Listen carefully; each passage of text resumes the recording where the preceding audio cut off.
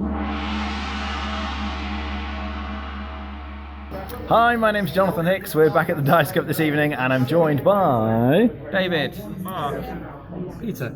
and the board photo. And we've just finished playing New Angeles. Now, this is a Fantasy Flight publication. It's very much an Ameritrash game. It's taken 3 hours for us to play this one. And how many players is it? 4 to 6. 4 to 6 players. Now, I'm going to try and explain what's going on here, but there's quite a bit. You've got a bunch of different kinds of resources in the city of New Angeles. So there's energy, consumables, tech, entertainment, and credits. And there are these androids, these blue guys around in the city, who are trying, in theory, to produce the resources. So if this android manages to produce in this area, he produces one of these energy things. And this guy will produce 2 credits and 1 entertainment. And theoretically, it's kind of a cooperative game. So there are things that are going to try and stop the androids producing, and we're working together, supposedly, to try and help them do their production. So these baddies here will stop production from happening. You can have rioting and social unrest in an area which will stop it producing. You can have outage, like a power outage that stops the area producing. There are lots and lots of things that will stop them producing, and it's really hard to meet the targets. Each round you get one of these targets, which tells you how many of each different type you need, and if you meet the targets, everything's fine, and if you fail, then the threat goes up. So there's a threat track up here, and if it gets past 25, everybody loses. More or less. I'll explain a bit more about that in a moment.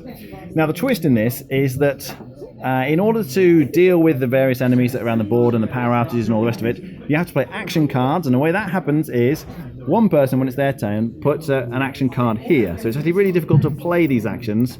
Someone else could counter it with another action card. There we go, here. And then everyone kind of votes by playing other cards in support, or otherwise you put cards here.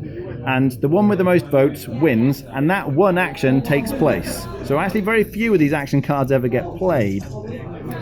And when the actions take place, they will, in theory, help the androids to produce and get rid of the bad guys.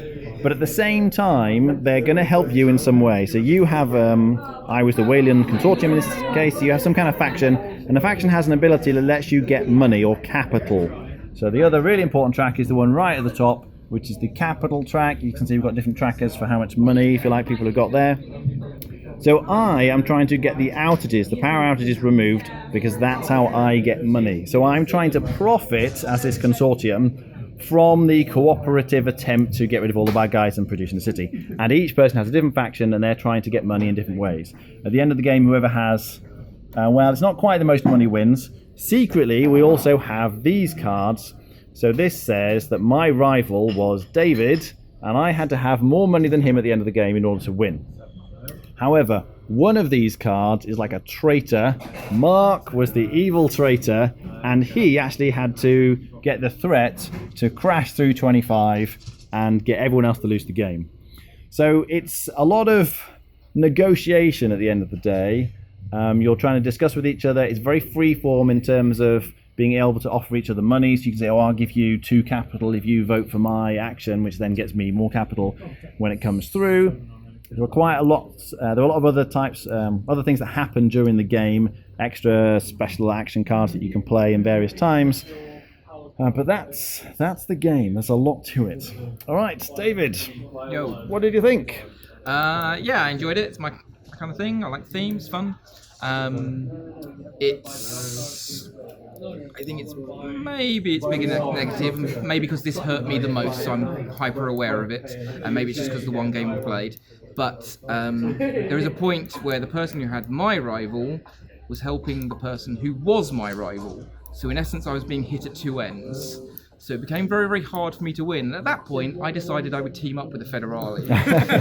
and I was quite happy to try and tank it, which is not perhaps in the spirit of the game. But I knew I couldn't win for the last couple of rounds. So, yeah. Other than that, I enjoyed it. I enjoyed the back and forth.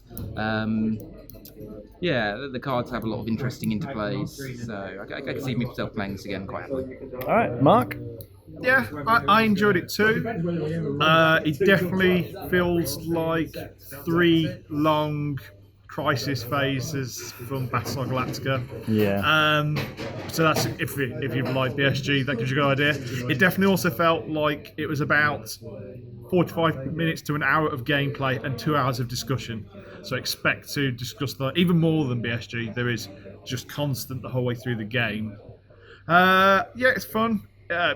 Maybe got a little bit slow in places. Also, I found that you get these cards that give you money, and while you do draw them, you can be just lucky with the way the game goes, and sometimes you end up getting a lot more money than other people, and you couldn't do anything about it, just the way the game went. And I made a lot of money just for being a bit lucky.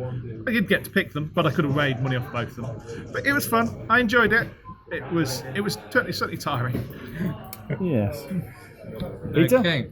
Well, in my case, I felt that as a first play, in terms of the threat track, it was very hard to know if we were doing well or we were doing bad. It worked out that we were doing really bad. And it was, I feel that this game has a trait element, which I felt the game was hard enough as it was without having a trait, because even if we didn't have somebody who was going to tank the game, as it were, we wanted to win anyway because just things went horribly wrong. So having somebody working against us, and the game was already so hard, just made it doubly hard. And it's almost like we've lost. Well, obviously one player's won, but I we didn't had really no have chance. to do much to make us lose, and that's probably because it was the first game. But I could just sit there and go, yeah, you just go and just screw it up yourselves. Yeah, But in it terms wouldn't of have taken much for No. us to win. Like it was each bit was, was always yeah. really close. So I actually think that's just first game. Yeah, writers. probably more so. That we had no value on things. We couldn't put aside a value to how important they were. It was always one or two actions that could have made the difference. Yeah, in terms of these targets we were trying to hit each round, we never ever managed to hit the target. So that's how badly we did and how Mark was able to win the game. Yeah, because in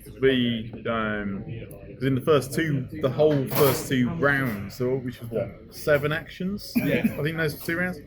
We just didn't actually know how these android tokens move. Yeah, which probably made a bit different game. Which is down to some of the action cards. Well, you didn't know how to move them. Well, no. But it was, it doesn't make it clear in the rules how they move. But it is down to some of the actions. I quite like this game.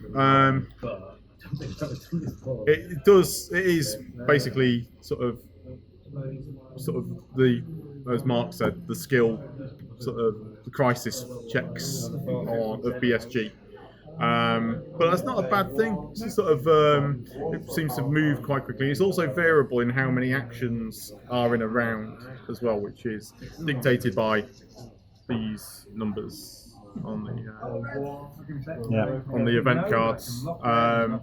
Yeah, sort of. I'd say as a first play, we didn't really have much idea of how fast that would move or how easy it would be to overall lose. I was David's rival. And yeah, with Jonathan helping me by giving me 6 credits, I think, throughout the game. Yeah. I sort of got a bit. I felt like early on, I felt I was really up against it because I did not score my investment card that Mark was talking about.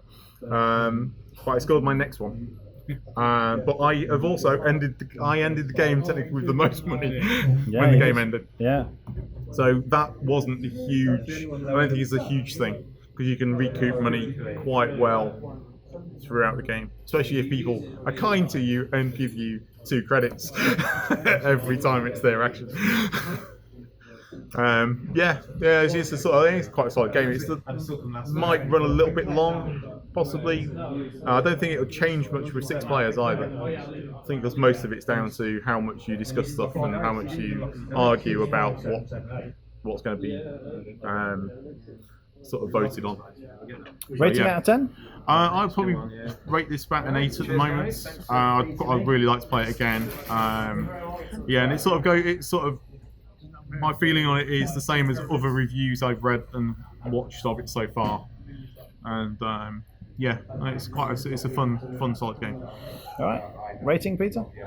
I would give it a 5, partly because it's a co-op, but I think the fact that you can spend 3 hours, and obviously the game being a fun 3 hours, but it's that hollow feeling at the end that I've just lost because somebody won by making the game fail. So I've never had that sit comfortably with me. Yeah, okay. Mark, I think rating? I give it somewhere around 6.5 to 7. I think because the first play is so much a first play and a learning game, I think you have to play it with people who understand it once to really give a proper value to it at the moment. So I'm somewhere around there.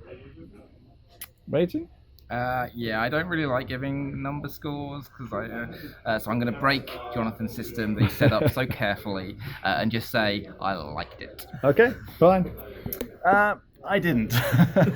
It's a well-designed game. I don't think it's a bad game, but I didn't enjoy it. It feels like a filler that's been stretched out over 3 hours because, as the other guy said, there's an awful lot of negotiation. You spend most of your time trying to haggle over these different things, and you spend all that time negotiating for one action to take place, which might remove one of the bad guys. And as Peter says, you really feel like you're up against it the whole time, and it seemed fairly straightforward for the traitor in this case just to tank it at the end. So, not an enjoyable experience for me, I suppose. But if you do like that kind of negotiation game, then there's certainly going to be people who would enjoy this. So I wouldn't knock it. But personally, I'd probably be sitting on a 5 out of 10. All right, thanks for watching. That was New Angeles.